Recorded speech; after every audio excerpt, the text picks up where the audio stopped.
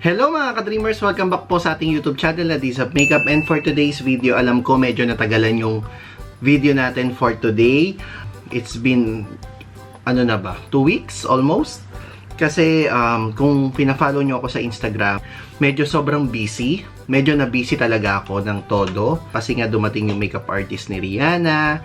And naggawa kami ng mga shoots sa Harper's Bazaar, Arabia, tapos mga collabs niya sa mga influencers dito sa Middle East, and then mga trainings, masterclass, and then mga magazines, interview, radio interview. So kasama ako lahat doon. Hindi ko na na-vlog kasi sobrang busy and ang daming ginagawa. Ang daming inasikaso actually pag nandito siya. Syempre ako yung pinapadala, ako yung mga kanang kamay na mga pinapadala rito na global makeup artist. So ako yung lahat nag-a-arrange, ako lahat nag-aayos, nagpe-prepare ng mga models, pumipili ng mga foundations nila, pumipili ng mga concealers, nagpe-prep ng skin, everything. Inaayos ko yung mga makeup kits ng mga makeup artists. So ayun, tinuturo rin nila pala sa akin yung mga bagong trends, tapos yun yung i-apply ko sa mga brands na kakolab ng brands ko o na brands sa pinagtatrabahuhan ko dito sa Middle East. Tapos ako na yung mag-execute kasi hindi naman sila pwede mag-travel pabalik-balik. So ako lahat din yun. So ngayon, magre-review tayo o ipapakita ko sa inyo yung bagong Snap Eyeshadow Palette ni Fenty Beauty. Kaya panoorin po ninyo. I gave you my heart.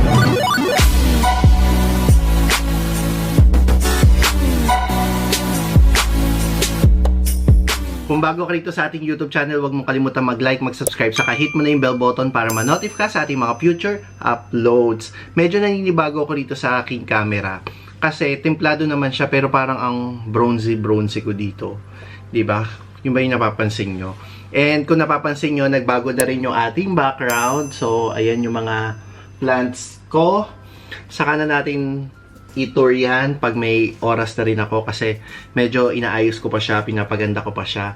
And as of now, meron ako mga more than 60 plants dito sa aking kwarto. And pakita ko lang sa inyo yung isa sa pinaka-paborito kong plant. Ito siya. Ito siya. This is a string of hearts. Kung makikita nyo, ayan, heart siya na string. So, ayan siya. After nyan, balik na tayo doon sa ating discussion. And ang ganda lang sa background, nagbago. Kasi binago ko yung ating background. Naglinis rin ako, nag-ayos. And makikita nyo lahat yan sa aking mga stories. Ayun nga, bukod sa mascara, naglabas na rin si Fenty Beauty ng eyeshadows, Snap Eyeshadows. Mga ganito siya. It's 8 snaps or 8 palettes na 6 colors per palette. Ganito yung itsura niya. Yan. So, meron siyang glittery, merong matte, 3 matte, 2 satin, tapos isang glittery.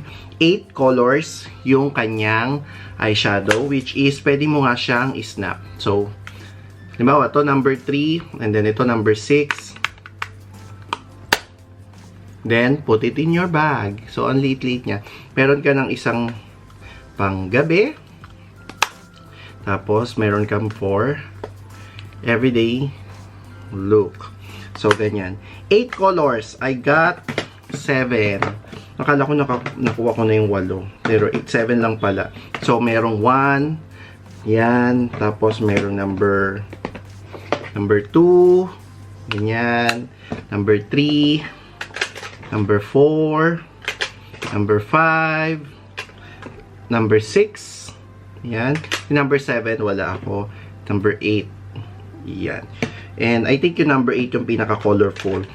Titingnan natin siya isa-isa. Except dun sa number 7. Kasi nga, hindi ko siya nakuha. Wala siya sa aking makeup kit. Kasi may sarili rin akong, actually, pinoprovide na rin ako ng company ng sarili kong makeup kit na merong products lahat ni Fenty Beauty, ni Marc Jacobs Beauty, sa ni Kat Von D. Kat Von D Vegan Beauty. Hindi na pala siya Kat Von D Beauty. Kat Von D Vegan Beauty na siya. So, Binibigyan ako ng kada kit para pag tinawagan ako, you need to go to this kind of tie-up, brand tie-up or photo shoot. for this brand. Ito yung brand na gagamitin. So, kailangan dalhin ko yung makeup kit na yon. And then, para dun sa shoot na yon. So, ganun na yung nangyayari. Kaya lahat ng collection, nakakakuha na tayo. Pero, syempre, iba yung bigay, iba yung panggamit. Panggamit yun eh. So, ito yung number 1. Nakakahalaga siya ng 115 dirhams. Kaya na lang mag-convert sa Google.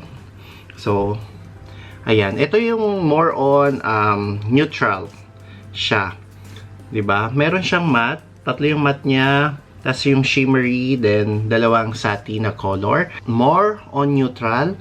Tapos, everyday use mo to. Halimbawa, pumili ka ng isang Snap eyeshadow palette na ganito. Kunyari, pinili ko to. Ito yung number 1. And then, you can choose another color which is yung kulay mo na hindi mo madalas gamitin para magkaroon ka ng variation or mag-experiment ka ng ibang color. So, this one is a neutral shade. And then, yung number 2 niya is cool neutrals naman. May pagka-purple-ish. Ayan. Ito yung number 1 and then number 2. So, more on, like for example, day look mo, tapos kung more on makulay kang tao, go for this cool neutral. And then, yung mga pangalan niyan, na mga colors niya, ito yung mga laging binabanggit ni Rihanna. And sa everyday niya, halimbawa, come and get it. So, yun yung pangalan ng kulay niya. So, meron mga getting toasty, tequila night, yung mga ganun yung mga binabanggit niya. So, ito yung number 1, and then number 2. Tingnan natin yung number 3. So, yung number 3, ito yung isa sa favorite ko na palette. Diba? So, ayan. Ang ganda, diba? More on matte, and then, 2 yung kanyang shimmery, and then, parang isang shimmer, tas isang satin. Kung gusto nyo makita yung pigments niya, so, kunin ko to. So, ayan kaagad yung kanyang color. Swatch natin. Here. Diba? Ganyan kaganda yung pigment nung palette. So, kunin ko itong medyo matte na purplish. So, lagay uli natin. Diba? Ang ganda. Super ganda. So, meron na tayong number 1, number 2, and then number 3. Diba? Ang number 3 naman niya is deep neutral. So, dito yung mga super earth tones na medyo may pagka-deep siya. So, gusto niyo swatch natin tong number 2 sa cool neutral na medyo purplish. Ang pangalan niya is Hey Auntie. Kunin ko lang siya. So, ayan. Swatch din natin. Tingnan nyo kung gaano siya ka-pigment. Ang bilis-bilis niyang i-swatch. Of course, mas makakatulong kung meron kayong eyeshadow primer kasi mas nag-i-stick talaga siya. Then, proceed tayo sa number 4 niya, na ang pangalan naman niya is Rose. So, more on pinkish. Pangalan ng palette niya, Rose. So, hindi nga tayo nagkakamali. It's more on pinkish nga yung kanyang shade. So, ayan. Kung makikita nyo. Diba? And then, swatch na rin natin yung kanyang pagka-pink. So, ayan. Lagay natin here. So, diba? Ayan na siya. Ganun siya ka gandang color.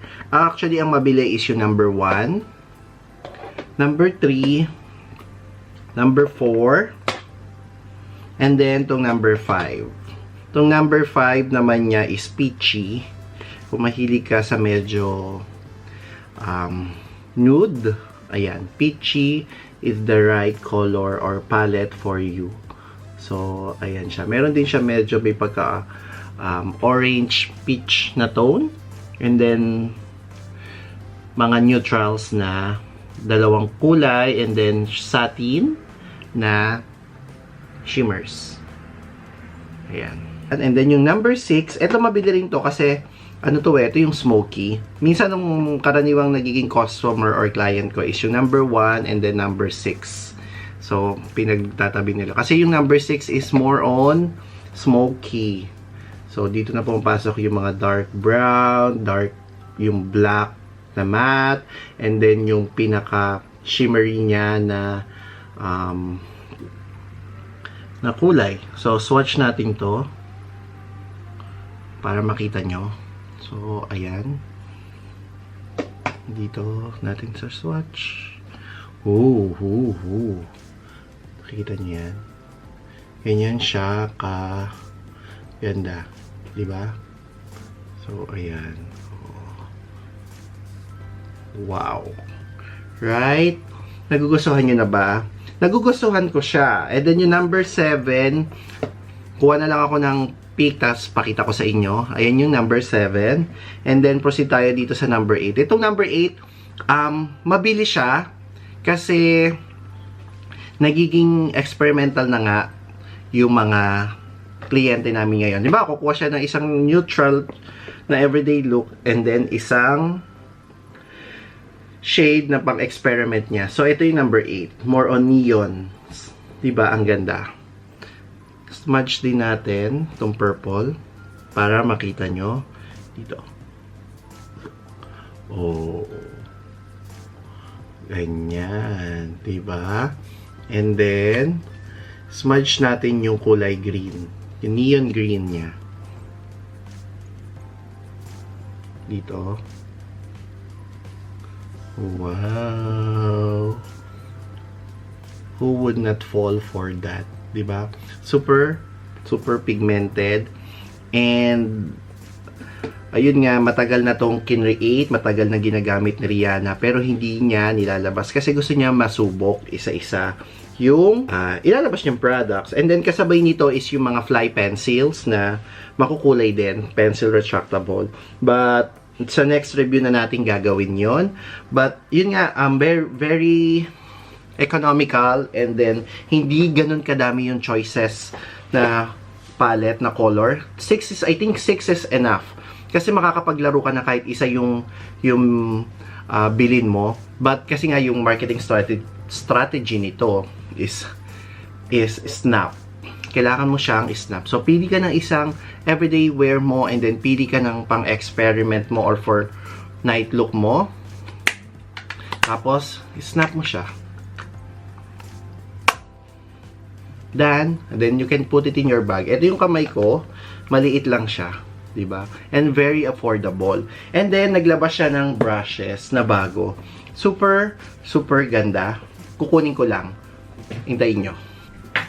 Kasabay nung paglabas nitong mga eyeshadow palette or nung Snap eyeshadow palette ni Rihanna is naglabas siya ng 3 kinds of eyeshadow brush, which is 240, 220, 230. Yan, 220, 230, 240.